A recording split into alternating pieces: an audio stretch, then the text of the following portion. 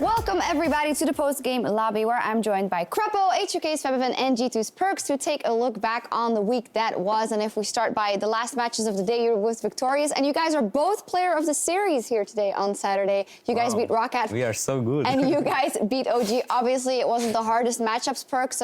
How do you reflect on your performance today? Because it's still important that you close those games out and not flounder, let's say, in the second game like H2K versus Roccat. Well, our performance today was really clean game one. I think game two, we could have made it much cleaner. Just some people got a bit excited. So I think we'll work on it for the future, but I think our performance today was like a test. If we can pull out our consistent performance versus like a lower tier team, which we should be able to. And I think we passed the test, so we need to be ready for Unicorns next week.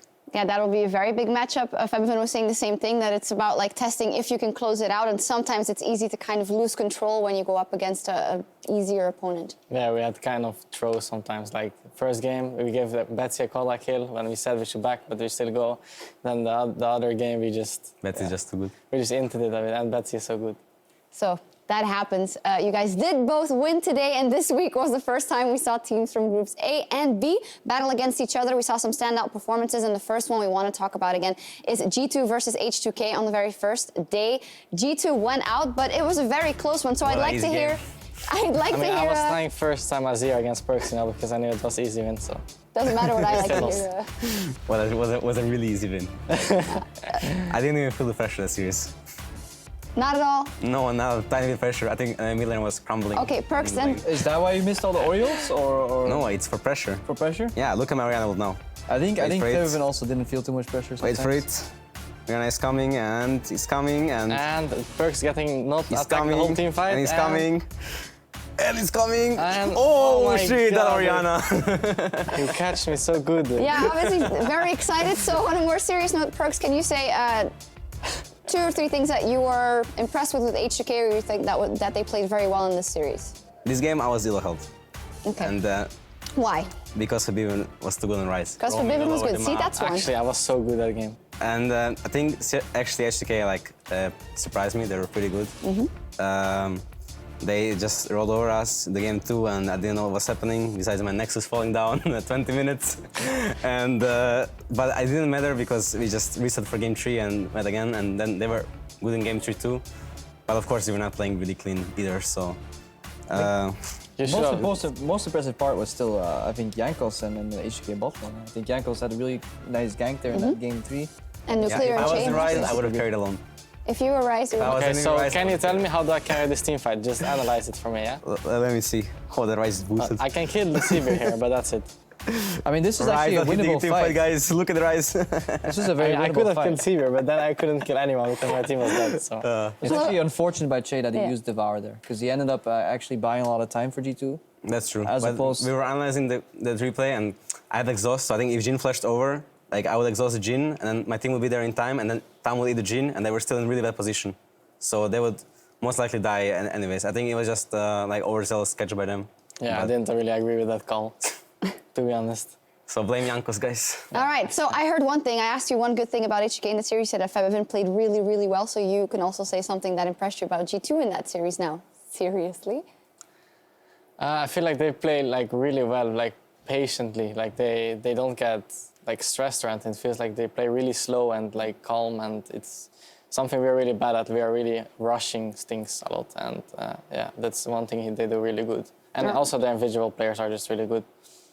Yeah, you agree with that? Yeah, I think H2K has shown a lot of strength in terms of first objectives. They have a really high first turret rate, first dragon, first blood overall as well. But definitely there's always that one play, whether it's a late game fight where they overchase or a pickoff where they do go too deep. I think H2K would fare well if they learn how to kind of call off a play and just reset. And then I think Baron Vision is the next thing to improve on. For G2, I would like to see them play a bit more aggressively still. I think you can overshoot in terms of aggression last year and undershoot now, but I think there's a balance in between.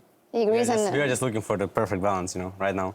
We are playing control, and maybe in some weeks after playing unicorns and getting stoned by unicorns, we will go full aggro, you know. Yeah, we'll see what happens in that matchup next week as we see some of your teammates meeting some of the fans. And we go over to Misfits versus Splice, which caught some of us off guard, thinking that it was going to be 3 games, a close matchup. But Misfits turned out to exceed our expectations. Febiven, what do you think of the team? I think Misfits is just like really good right now, like especially their jungler. I think like the jungle and support are basically carrying the team with the top laner, and I know Splice is really underperforming in LCS. Like in scrims, actually play really well, but on stage it's just they feel like this steal. Like for example, this cannot happen. You know, like I don't know, just missed calls all the time and just not good performances. So why do you think that is when they're a team that have stuck together?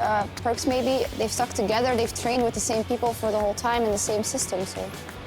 It might be that just last year that the teams were worse, so they were like shining through, and now there is a lot more like potential lineups and just better lineups than last year. And that might be the reason why they are struggling, or the other reason might be like some underperforming individually, or... Yeah, I don't see any other reason. Yeah, we could see last year's strengths from Splice was that they had like really good team play with okay individual players. Eventually they were rated like among the top, but they were never distinctively like top 1, top 2 in their role. I think maybe Wunder you could argue last year. Yeah, maybe. But this year a lot more competitions coming in. Yeah, Wunder on R, 5 games. Wunder on R was like faker on R, you know. Fantastic. Well, we'll see what happens with Splice, and at the end of 4 weeks of competition here in the spring split, let's see how the teams look after our first weekend of cross-group play. G2 Esports is #1 in Group A, 6-0, followed by Misfits and Fnatic. In Group B, UOL, and then H2K in second, and Unicorns of Love. G2 Esports will be what we'll be kicking off with next week. What a fantastic matchups. How scared are you of the Unicorns? Fear their horns, guys. That's all I can say. Fear their horns. I don't know. I think I'm not honestly scared because if we lose, then it's just a good sign for us that we can improve even more, you know.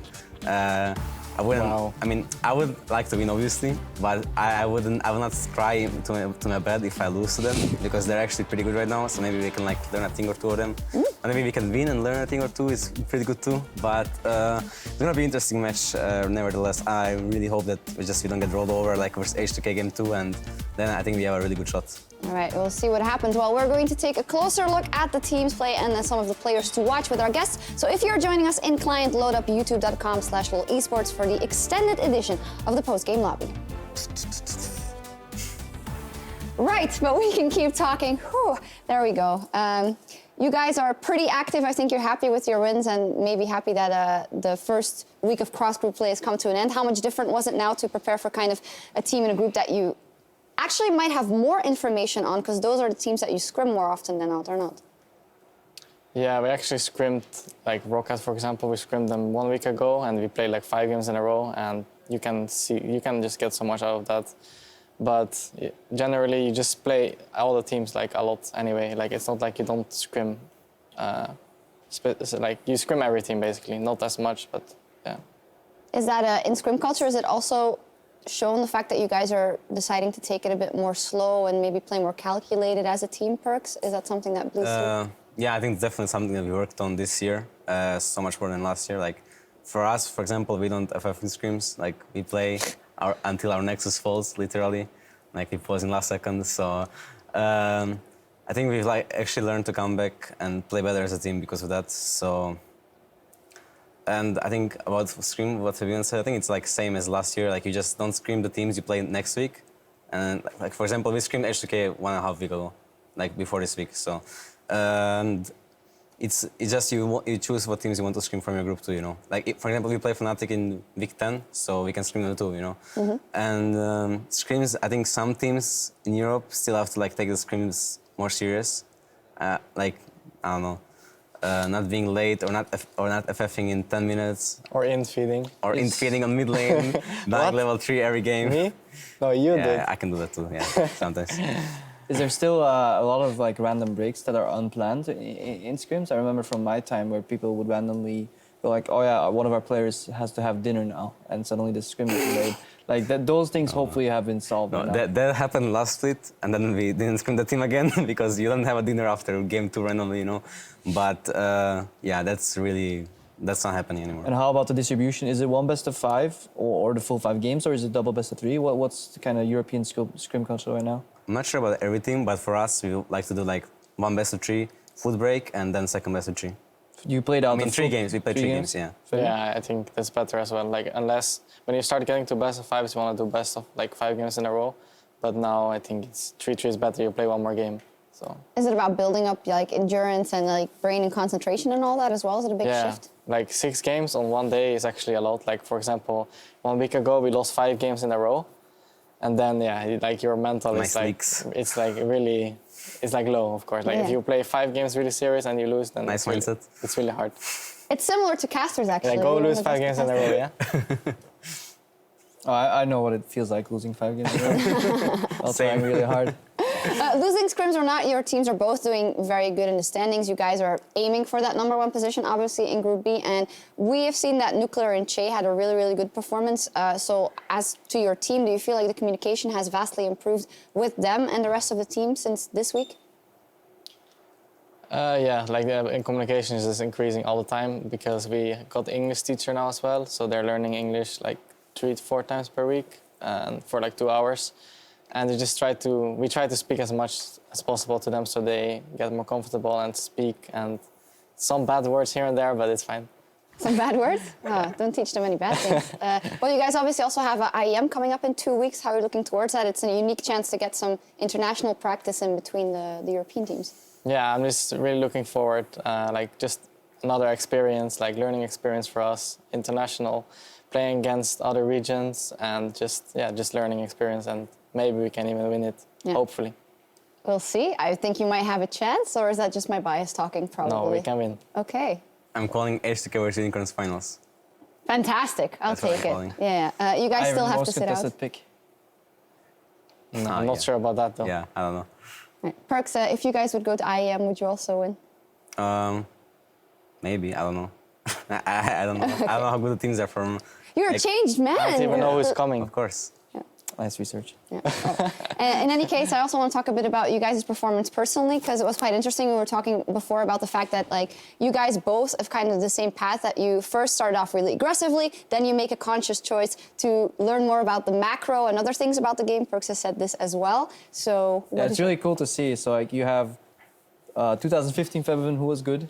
2016 Febiven, who was, in my opinion, not so good. I agree. You had 2016 Spring Perkz, who was insane player, but then you have 2016 Summer Perkz, who That's was, a nice win, by the way. I was really good in summer. But yeah. who was Very not so professional. great. But now 2017, what's going to happen is 2017 Caps going to beat you all, or? But serious, like, do you feel the progression from coming in being super aggressive, then going through like the whole macro phase, and then finding the middle ground? Febiven, you've gone through it. Do you think Perkz is like doing something similar now? Yeah, I feel like if I compare like his scrim play with like his competitive play, I feel like he plays more safe. I mean, everyone does it. It's just there's too much difference. I feel like, but as he said, he's trying to balance it out. So I think Just- before I would not play same in scrims on stage, or like I would try more Test your aggressive limits? play, or like I don't know. I would just troll. I actually no, I would not troll, but I would not take scrims as serious, you know. But after like Korean bootcamp, we took every scrim really serious, and I really liked it, and everyone from my team took it really serious. So you're like, oh, this is really good practice. So we should do it the whole year next year. And now I feel like we are improving at a very fast rate, and that my play is improving at, or not improving, just being really consistent. Because I play the same in scrims as I play on stage. Like I barely take risks, and I mean when I take risk, I take it consciously and not stupid. yeah, it's like if, for example, I was playing against Perkz in scrim, and then we play like Katarina against Zed, and then one of us dies 1v1, and then the guy just keeps dying. You Yeah, know? that was- and that was a this fun is what game. you don't want to have in the scrims because That was one game which I did not play like in stage. yeah. But the thing a lot of fans out there or may not realize is the whole reason that you want it as consistent is because if you're another player that has to interact with these roles, it's very hard for your jungler to get a gauge of your power level when your Yeah. mid's either 10-0 or 0-10. Exactly. Or item spikes or team fight comps that spike on a certain time. Like you will spike much faster because the overall gold gains in scrims is much higher because there's just so much chaos. Which is now one of the strengths of the Unicorns is that they play the chaotic style that they play in scrims so well on stage. But there's definitely something to be said for playing more, at least similar between scrims and stage. Yeah, I agree. thought that was a very good insight. Yeah, Actually. I have You a little do bit have it. of trolling scrims, but yeah. Talk about you two guys, and then looking at the other mids in the landscape. Power of Evil is someone that has really caught our eye. Last year, he wasn't very good. He didn't perform very well. We don't know if it was due to the circumstances or this or that. But this year, he's spoken out, and his team has spoken out the fact that he feels much better within the other players in the team setup. We think he's doing a lot better. What is your opinion of him? You can go first. I see both of them smiling. Yeah. Okay, so I think he's really good, like on his champions, like Orianna, Casio. Like he's good champions, like Corki, stuff like this. But honestly, I think that you can put any mid lane player in the team and he will still like do well, like as he does. I don't think he's like a really spectacular player, but he's really consistent and like. Just plays well, doesn't feed, just plays good, and he's better than last year for sure. For sure, we've seen that. Do you want to add something, or do you want to talk about someone else? I've praised Powerwheel because I think he's been all better this year than last year. Like last year, I got some free wins from him here and there, but this year he's actually been like pretty good. He doesn't like get out pressured super hard, and he just plays smart with his team. I don't know, he's just good. But it's what Febiven said. I think like he's really good on his champs, Corki, Syndrak, Orianna, and I want to see him play a lot more, like more champion. I mean, I don't care as long as they shouldn't care as long as they're winning. But what if like meta changes or something, and then they might have a problem, But as of now, I think he's really good, and if he can keep that up and learn more champions, he's gonna be good too. Yeah, I think that's a good point, because that is something that we criticized him for being champion pool before, even though he said it wasn't particularly a problem, but it's shifted and he's doing better. So I mean, right now it's good for him to be a role player if Misfits don't need him to carry. It's the same with Hansama. Everybody came in like, oh, Hansama is the most looked at prodigy, but in essence, all he has to do is kind of play safe, because Ignar and Kakao have a really good synergy style thing going on, where Ignar leaves lane a lot, or Hansama pops off, but only on Draven when he's like really being catered around, and that's fine. Like, there's a lot of value in a player that knows not to try to be a hero as well, because when all three lanes want to be a hero, you get exactly what that scrim culture is, where people overextend. So we need to see if Misfits, when they get tested, whether Power of Evil can actually do more, because we actually haven't seen them truly get tested in like different comps. that's true. Who wants to be the hero on H2K and G2 respectively? I cared last year, but I don't care now. Now I'm just a team player. I'm completely changed, man. That's smart, though. Of course, I want to play as best as possible, but I don't have to get the praise for it. Like, it doesn't really matter. Yeah. Same. I try to play my role as perfect as I can, like controlled perfect. I don't make mistakes, or I try to not make mistakes. And like when we were behind versus H2K and I played Jace, I tried to make something happen, because I felt like we were losing really hard. So I was like just trying to flash on the 10-0 Jhin every time and try to kill him. And if it works, works. If it doesn't work, he's like 1 HP at least, So I just try to play my role how I think should be played. Yeah, it's quite interesting, because someone who's at the beginning of that arc we were talking about before is Caps, and also Fnatic just put a lot of, not pressure, I would say trust. They give a lot of trust to him, because they let him pick the Katarina, they let him pick that Camille mid, they let him pick those matchups, and he goes ham, he goes balls to the wall in all of those, and sometimes it goes bad, and sometimes it goes good. So what is your opinion on Fnatic letting him do that, and where do you want to see him progress? I think like champs like Katarina, Camille and stuff is more like scrim champs. I'm pretty sure when he plays in scrims, he gets like 5 kills in before 10 minutes. So I think he just doesn't have enough experience yet, like with the champions. Like, he just has to get punished more, and then he will learn from it. Like, I'm pretty sure he can learn how to play like good control mages and just do well, instead of like playing a snowball style every game. But should your coach tell you to, or help you learn, or should? Yeah, I mean, everyone should. Yeah. I agree with what he said. I think with some time he will learn to just become more stable and reliable player, and not go for flashy plays or flashy ways of winning the game. Like me picking Zed in spring finals. I remember when it was so horrible, and we won unluckily, because I didn't get punished enough for my Zed pick. But it's like something that he will learn too. So yeah. I think you see it a lot on Fnatic. I think a team that is winning some and losing some, but has high expectations on them, may actually default to picks like that, because when you really want to win scrims, you start playing just more all in lane. I think we saw something similar for Jez. It's a large leap to assume But when you see him upgrade like his support item to tier 2 before even buying Sidestone on like a That Malzahar. tilts you. No, it doesn't tilt me, but it's indicative that you're playing so hard for lane, but then when the whole swap lane meta is going on where you don't actually interact with any enemy champions and then you get outwarded to the extreme by the He's enemy just the support. best 2v2 laner. Yeah, Krepo. but So- that's where I would So, like, of it's a course bit he of a spoiled meme the right now, item. but that's where that mentality comes from, where you're like, of course you're winning 2v2. When you cater your style and your aggression and your risk taking around pure dueling, then you may fall in the pitfall when somebody neutralizes that in LCS, plays purely vision and controlled, kind of the style that G2 want to go for. Like, have fun going all in then, because you'll be predicted. So what you're saying is Broxah won't fix everything that needs to be fixed. I don't think anybody ever thought Rockstar would fix everything. Fnatic's main communication, for me, from watching the VODs before Amazing's departure, a lot of the communication issues lie between jungler and support and setting up the vision. If Broxah is a very communicative player and actually, I don't know, maybe more of an alpha and just like tells people what to do, then maybe he fixes their vision, right? And then a lot of pressure stems from that, because when they play 1-3-1 and you don't have vision, you guys know how hard it is to play on a side lane without any vision. Like, you will get caught. Yeah, I remember Fnatic's game versus Misfits. Yeah. When they had Zed? Zed and Shen. Yeah, no vision. They were 4K up and they had the most free win ever, but they lost, so and then I was really disappointed with their performance after that. Yeah, and so. then not a single time during that game, Jesus and Amazing actually worked together to get vision. Amazing was invading alone with no wards, Jesus was playing somewhere else, and that's not to discredit any of their individual players, it's just as a unit, Fnatic was not playing well enough towards their win conditions. Are they ever catching up to Misfits? They can. There's like 6 more weeks before playoffs. Yeah, but come on, play the game with me. Do you think that they can progress more than the Misfits can this split? I think it's possible.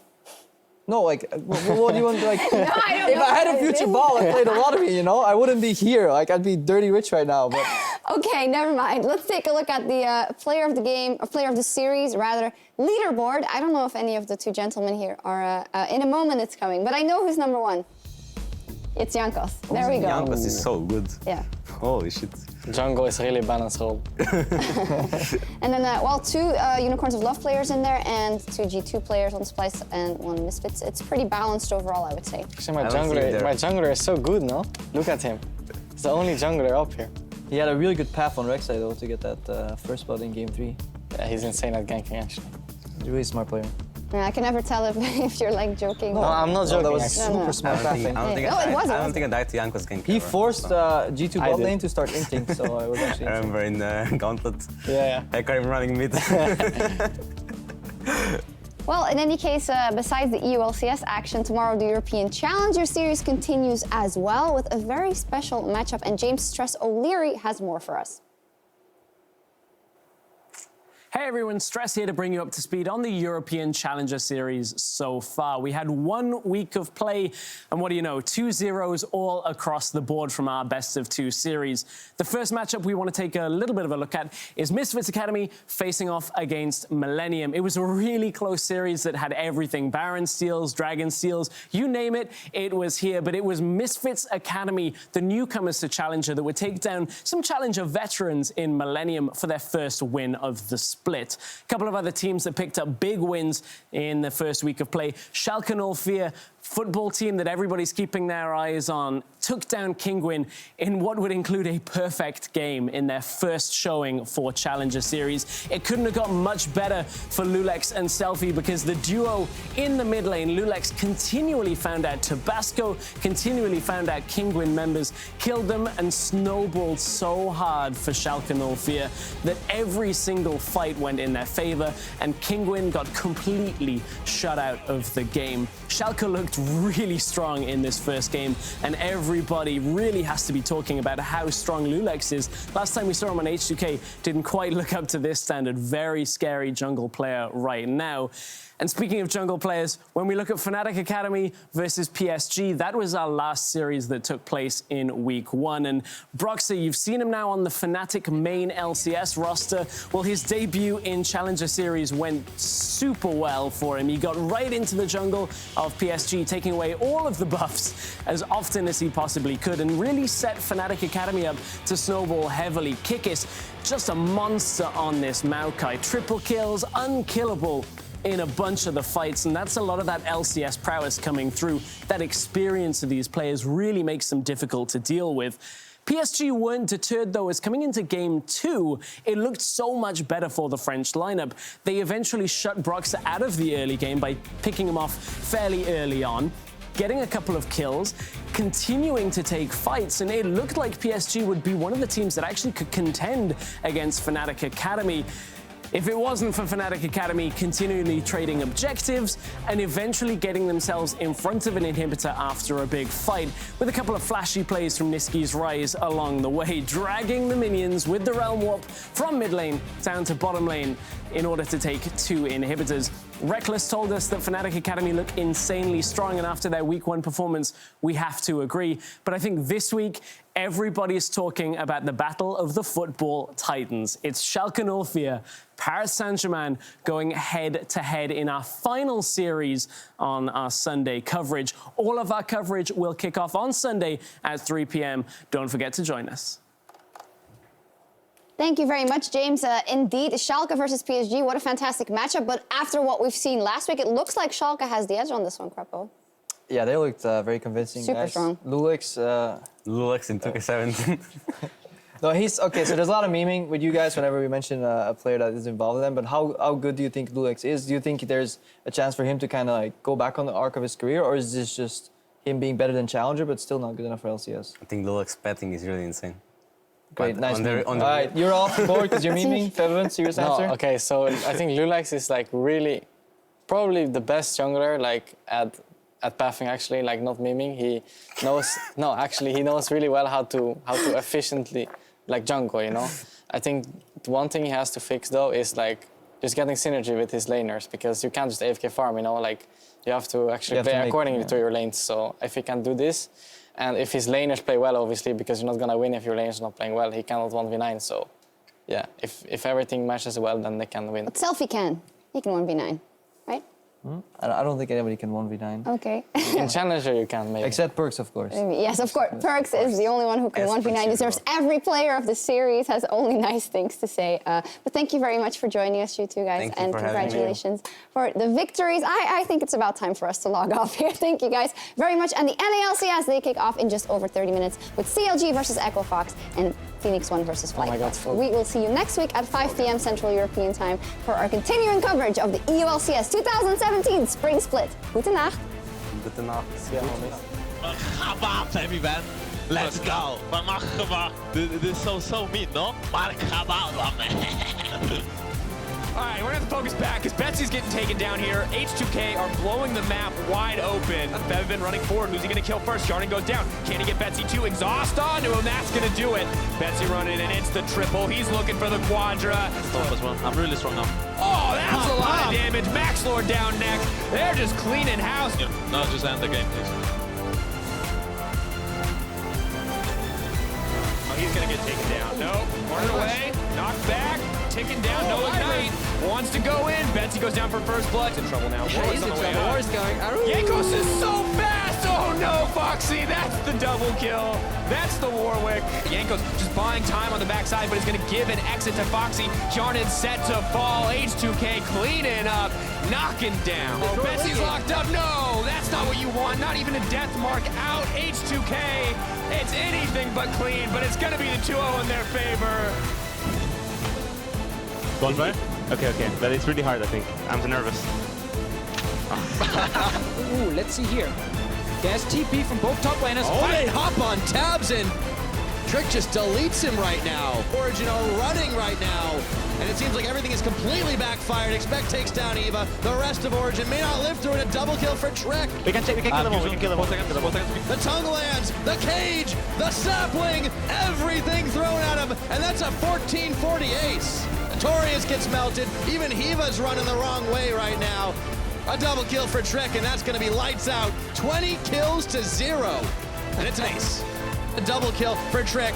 Once again, the anchor, but he stuns him under tower, locked by the cocoon, but he's taking tower, and Sartorius gets the kill, Why do you stop? and he dies! One Spider. Okay, they find Mithy, and it's Nahun who gets caught. The curtain call opens up, and they just blow through everybody, and that's going to be it. That's going to be game over.